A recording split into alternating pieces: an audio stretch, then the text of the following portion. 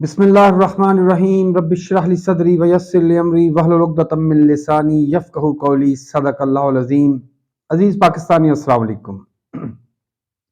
آج کے ویلاگ میں بات کروں گا اختر مینگل کے اعتراف شکست پر علی نواز اعوان کی بیٹی کیا کہتی ہے۔ مگر اس سب سے پہلے ایک انتہائی اہم، افسوسناک اور شرمناک خبر، اور وہ ہے کہ پاکستان میں اغوا برائے بیان کا جو سلسلہ جاری تھا وہ اب انتہائی مکروہ اور بدبودار شکل اختیار کر گیا ہے۔ کل شاہ زیب خانزادہ نے جس طریقے سے خاور مانیکا کا ایک انٹرویو ریکارڈ کیا، جی ہاں، یہ خاور مانیکا جو عمران خان کی بیوی بشرا بی بی کے سابقہ شوہر ہیں،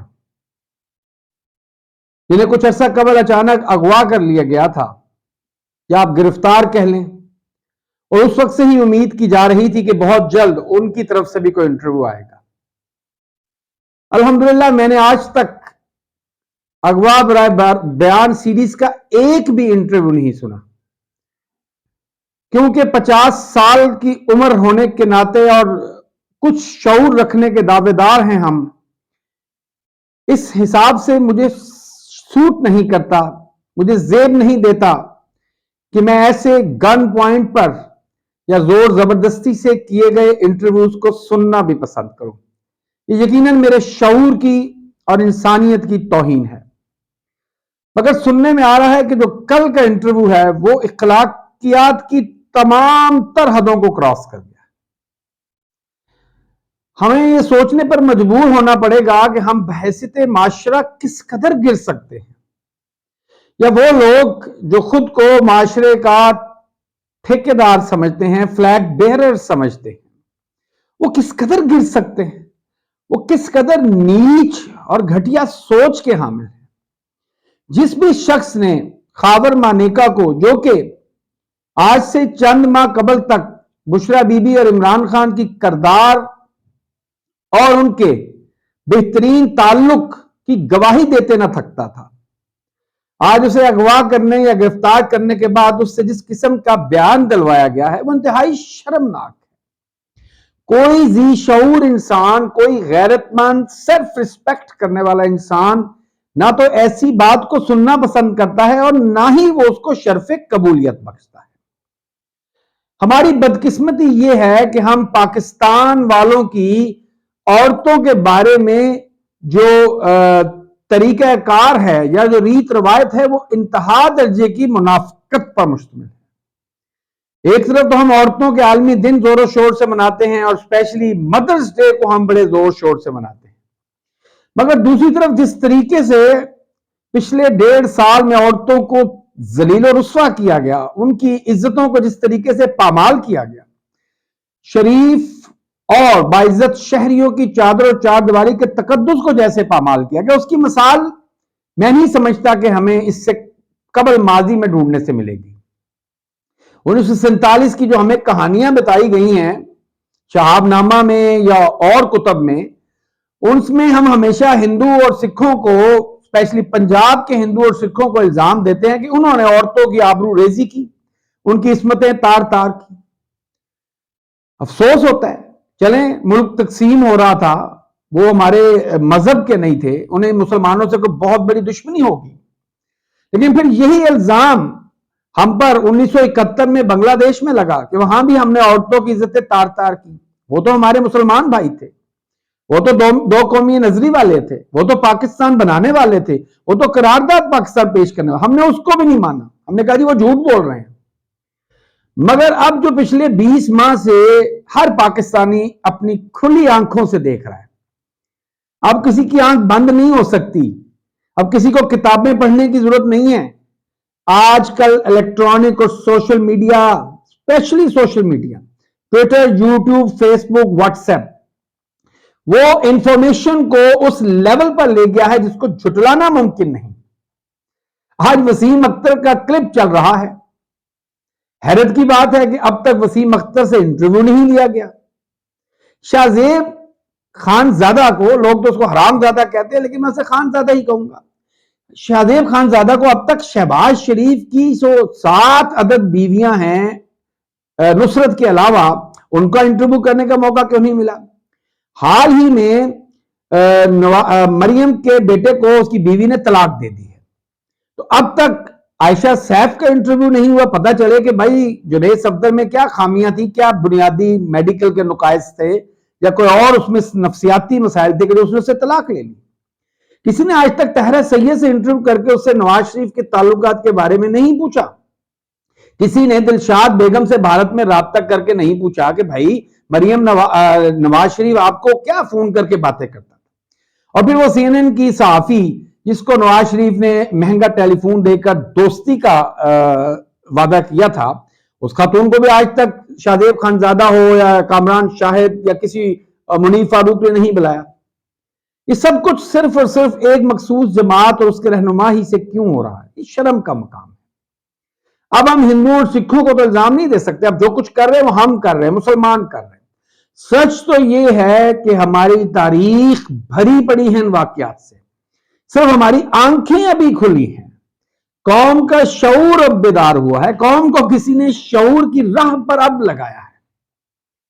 محترمہ فاطمہ جناح، جن کو ہم نے مادر ملت، قوم کی ماں کا درجہ دیا، جو قائد اعظم محمد جناح کی بہن تھی، جس طریقے سے ان کی عزت کو تار تار کیا گیا، جس طریقے سے ان پہ گھناؤنے الزامات لگائے گئے اور سنہ کے تشدد بھی کیا گیا۔ خرم دستگیر کے باب خان غلام دستگیر خان نے کتیا کے گلے میں لالٹین ڈال کے اس کو فاطمہ جناح سے تشبیہ دی۔ پھر بے نظیر بھٹو، نصرت بھٹو کی جو کردار کشی کی، اس کا میں خود گواہ ہوں۔ وہ ہزاروں پوسٹر میں نے اپنے ہاتھوں سے بانٹے ایک اسلامی جمعیت طلبہ کا کارکن ہونے کے ناطے، جو ہمیں دیے گئے 88 میں اور 90 کے الیکشن میں، جن میں فوٹو شاپ ننگی تصاویر تھی۔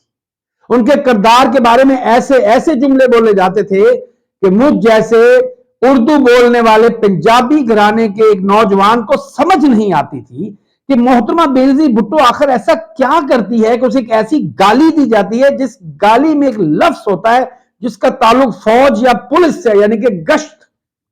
میں کہتا تھا گشت کرنا تو پولیس اور فوج کا کام ہے، تو بے نظیر ایسا کیا کرتی ہے کہ اس کو ایسی غلیظ گالی نکالی جاتی؟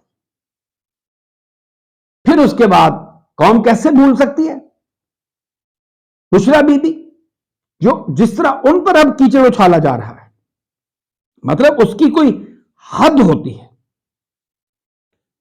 جو مخالف ملتا ہے ان کی عورتوں پر، ان کی ماؤں بہنوں بیٹیوں پر کیچڑ اچھال دیا جاتا ہے۔ چند قلم فروشوں کو، ضمیر فروشوں کو، جو شاید اپنی ماں بیوی اور بہن کا بھی سودا کر سکتے ہیں، ان کی کیا اوقات ہے؟ ان کی قیمت تو چند لاکھ یا چند کروڑ ہے۔ شہزیب خان زادہ کو آپ چند کروڑ دے، وہ آپ کی بیوی آپ کے بستر پہ پہنچا دے گا، ہو سکتا ہے اپنی بہن کو آپ کے بستر پہ پہنچا دے، اس کا کیا ہے؟ یہی حال کا شاہد کما، وہ تو آپ کو پتا ہے کہ ویسے ہی ایک کنجر کا بیٹا ہے، مراسی اس کا باپ، اور اس کے باپ کے کتنے معاشقے تھے۔ یہی حال منیب فاروق کا ہوگا۔ تو ان کماش کے لوگوں سے آپ عزت داروں کی بیٹیوں، بہوؤں، بہنوں کے اوپر کیچڑ چھال کے کیا حاصل کرنا چاہتے ہیں؟ کیا آپ یہ بتانا چاہتے ہیں کہ ہم نے کچھ نہیں سیکھا پچھلے 76 سال میں؟ ہم نے جو فاطمہ جناح سے تعلق کا سلوک کیا وہ ہم ابھی کریں گے؟ اور بدبختو، عورت کی حرمت کا تو یہ معاملہ ہے کہ نبی اکرم صلی اللہ علیہ وسلم کی زندگی میں جب حضرت عائشہ رضی اللہ تعالی عنہا ہماری ماں ہیں، جب ان پر تہمت لگی تو اس پر قرآن میں ایک پوری سورت نازل ہو گئی، ان کی گواہی کے لیے ایک سورت نازل ہو گئی۔ یہ ہے عورت کی حرمت کا معاملہ۔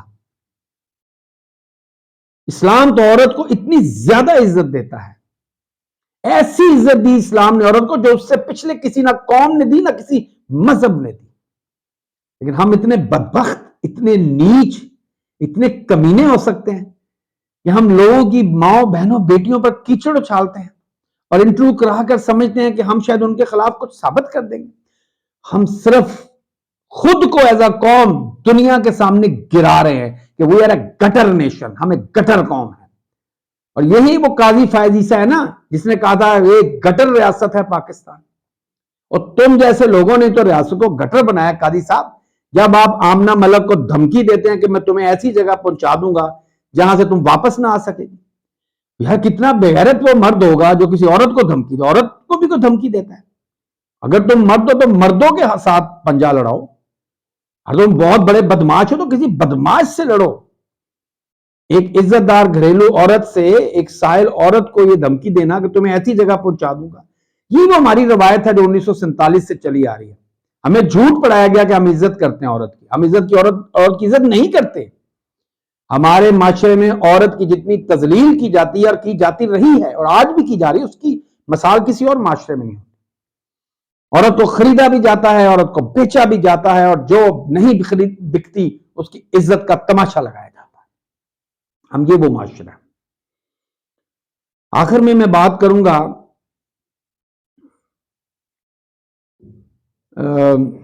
ڈاکٹر معید پیرزادہ نے بڑی افسوسناک، انہوں نے کہا کہ میری بیٹی اور علی نواز اوان کی بیٹی کلاس فیلوز تھی، تو جب ان کو اغوا کیا گیا تو میری بیٹی نے ان سے رابطہ کیا ان کی بیٹی سے، تو اس کی بیٹی نے کہا میری ماں کہتی ہے اس موضوع پہ ہم بات نہیں کر سکتے، خاموش رہو، میں اس موضوع پہ بات نہیں کروں گی۔ پاکستانیوں سوچ لو اس بیٹی کے دل میں پاکستان کے لیے اور جنہوں نے اس کے باپ کو اغوا کیا اور اس سے بیان ان کے لیے کتنی نفرت ہوگی۔ وہ بچی جتنے بچوں میں اٹھے گی، بیٹھے گی، ملے گی، ان کے اندر صرف نفرت ڈالے گی پاکستان سے اور ان لوگوں سے جنہوں نے اس کے باپ کو اغوا کیا۔ ہم اپنی آئندہ نسل کو اس ملک سے متنفر کر رہے ہیں، اس ریاست سے متنفر کر رہے ہیں، اس نظام سے متنفر کر رہے ہیں۔ اللہ ہم سب پر رحم کرے اور اللہ تعالیٰ اپنا قہر نازل فرمائے ان پر جو لوگوں کو اغوا کر رہے ہیں اور ان کے بچوں کو ذلیل کر رہے ہیں، ان کی ماں بہنوں ان پر قہر نازل فرمائے، ان کی آل اولاد پر اللہ تعالیٰ اپنا قہر نازل فرمائے۔ آمین ثم آمین۔ اللہ آپ سب کا حامی ناصر ہو۔ پاکستان زندہ باد، پاکستانی قوم پائندہ باد۔ شکریہ والسلام۔